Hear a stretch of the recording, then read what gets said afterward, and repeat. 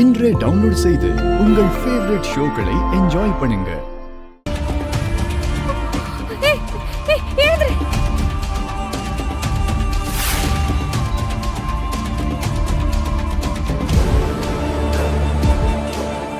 Madam, நீங்க சொன்ன வேலையை கச்சிதமா முடிச்சிட்டேன். ஏய், அவன் பொழைக்க மாட்டான்ல? சான்ஸ் இல்ல. சூப்பர்டா. சரி, அடுத்து என்ன பண்றதுன்னு நான் சொல்றேன். நீ முதல்ல அங்க இருந்து கிளம்பு. அவரு தலையில பலமா அடிபட்டு இருக்கு. சுய நினைவே இல்லாம இருக்காரு. டாக்டர், என்ன சொல்றீங்க? It's coma. சுய நினைவு எப்ப வரும்னு சொல்ல முடியாது. இப்பவே வரலாம், ஒரு வாரம் கழிச்சு கூட வரலாம், ஒரு வருஷம் கூட ஆகலாம், இல்ல வராமலும் போகலாம்.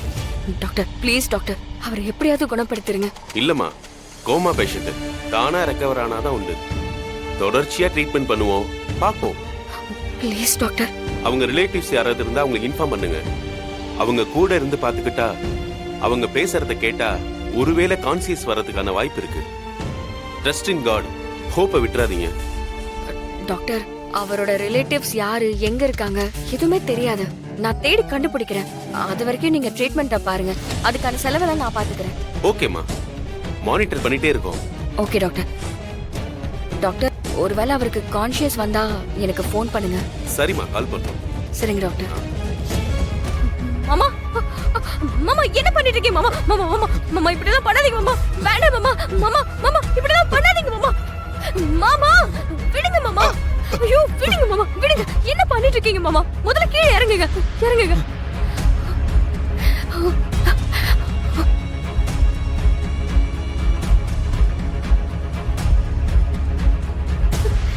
மாமா, என்ன மாமா நீங்க?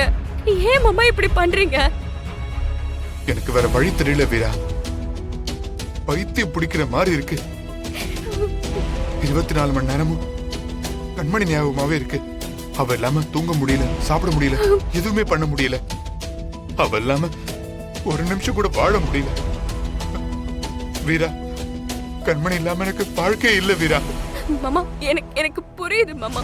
ஆனா இப்ப எதுவுமே முடிஞ்சு போயிடலையே. ஒரு சின்னதா சண்டை நடந்திருக்கு, அதுக்கு அவ கோச்சிட்டு போயிருக்கான்னு நினைங்களே மாமா. மாமா, எல்லாரும் குடும்ப வாழ்க்கையிலயும் இந்த மாதிரி பிரிவு, கஷ்டம் இதெல்லாமே சகஜம் தானே மாமா. கண்மணி திரும்ப வந்துருவா மாமா, நம்பிக்கையா இருங்களேன். எப்படி வீரா, எப்படி? நான் அவ வீரா நினைச்ச அண்ணனை கொண்டிருக்க வீரா, கொண்டிருக்க. நான் கொலகார வீரா, நான் கொலகாரன். இந்த உண்மையை இத்தனால மறைச்ச பாவி அவ எப்படி என்ன மன்னிப்பா வீரா? அப்படிலாம் இல்ல மாமா, நீங்க எந்த தப்புமே பண்ணல. நடந்தது ஒரு ஆக்சிடென்ட். அவ உங்களுக்கு எப்பவோ ஏத்துக்க ஆரம்பிச்சிட்டா. இப்ப அவளுக்கு இருக்கிறது அவகிட்ட இருந்து ஒரு உண்மையை மறைச்சிட்டோம், அந்த கோபம், அவ்வளவுதான் மாமா. மாமா என்ன நம்புங்க, நான் உங்க 2 பேருமே எப்படியாவது சேர்த்து வச்சிருவேன் மாமா. இது நான் உங்களுக்கு பண்ணி கொடுக்கிற சத்தியம். ராகவா, மாமா வந்துட்டார்.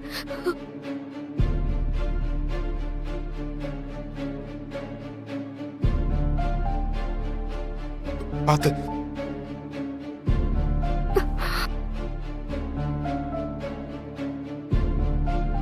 மாமா, மாமா அழாதீங்க மாமா. மாமா, என்ன இவ்வளவு சீக்கிரம் வந்துட்டீங்க? கடையில தான் இருந்தேன் வீரா, வேலையே ஓடல. காலையில் நான் கடை கிளம்பும்போது இவன் உடம்பு சரியில்லைன்னு சொன்னானா, அந்த நினைப்பாவே இருந்துச்சு. சரி தான் பார்க்கலாமேன்னு வந்தேன். டேய் ராகவா, எப்படா இருக்கு? இப்ப பரவாயில்லப்பா. காய்ச்சல் கொஞ்சம் குறைஞ்சுதான் இருக்கு. டேய், நீ தான் சாப்பிட்டியாடா? அத்தை கிட்ட சொல்லி ஏதாவது கஞ்சி கஞ்சி வைக்க சொல்லவாடா? நாங்களும் அததான் கேட்கலான்னு வந்தோம் மாமா. என்னாச்சுடா? ஒண்ணு இல்லப்பா, இப்ப பரவாயில்லப்பா. டேய், உள்காய்ச்சல் எதுவும் இல்லல்ல? இல்லப்பா. டேய், எதுக்கு ஒரு 8 போய் டாக்டர் பார்த்துட்டு வந்துடலாம் வாயே. அதெல்லாம் வேணாப்பா, வேணாம். சரி, நீ ரெஸ்ட் எடு. இன்னும் 2-3 நாள் நல்லா ரெஸ்ட் எடுறா. கடைக்கெல்லாம் வரணும்னு ஒன்றும் அவசியம் இல்லை, நான் பார்த்துக்கிறேன். நீ ரெஸ்ட் எடு சரியா? ம்.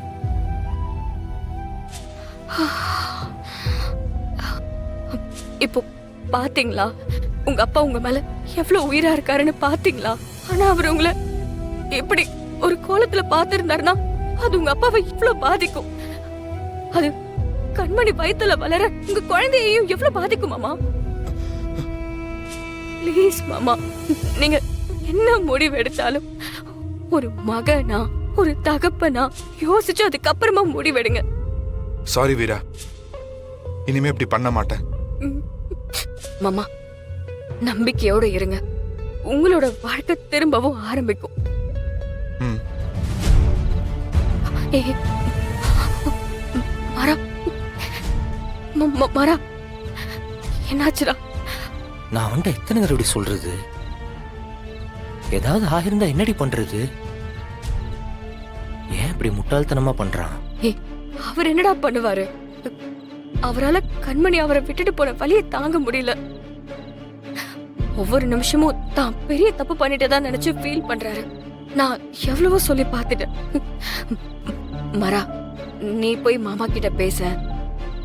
என்னடி பேச சொல்ற? ஏதாவது பேசுடா. ஆறுதலா 4 வார்த்தை சொல்லு. நம்பிக்கையா பேசு. இப்போ அதை மட்டும் தானே நம்மளால பண்ண முடியும். என்னால அவன்கிட்ட போய் பேச முடியாதுடி. ஏன்? அவன்கிட்ட நான் செஞ்சு கொடுத்த சத்தியத்தை நான் காப்பாத்தல, தோத்துட்டேன். ஒரு மாதிரி குத்துது. இதுல நீ எங்கடா தப்பு பண்ண? கடைசி நிமிஷம் வரைக்கும் அந்த உண்மையை நான் காப்பாத்துறேன்னு சொன்னேன். ஆனா முடியலையே. அது நீ பண்ண தப்பாடா? அது விஜய் பண்ண தப்பு. நீ எந்த ஒரு உண்மையும் சொல்லவே இல்லையடா. அவ சொன்னதுக்கு நீ எப்படி குற்றவாளி ஆக முடியும்? இல்லடி, நான் கொஞ்சம் கவனமா இருந்திருக்கணும். அவனை நம்பினதை விட என்ன தாண்டி முழுசா நம்பிட்டு இருந்தான். அதான் குத்துது. என்ன? யாருக்கிட்டயும் சொல்ல மாட்டேன்னு சத்தியம் பண்ணியிருந்தேன். நீதான் யார்கிட்டயுமே சொல்லலையேடா. டேய், நீ என்கிட்ட சொன்னது தப்பு இல்லடா. நீயும் நானும் வேற வேற கிடையாது. ஆமா, ஆனா மனசுக்குள்ள ஏதோ ஒரு மாதிரி பாரமா இருக்கு. ஒருவேளை நான் சுயநலமா இருந்துட்டேனோ? டேய், என்னடா பேசிட்டு இருக்க? இங்க பாரு, உனக்கு அப்படிலாம் என்னன்னு கூட தெரியாது.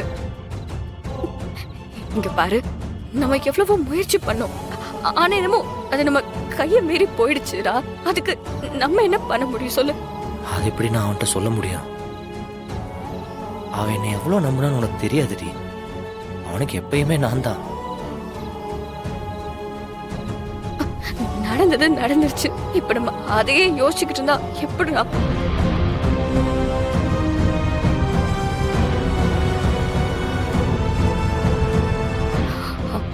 டேய், என்ன யோசிக்கிற?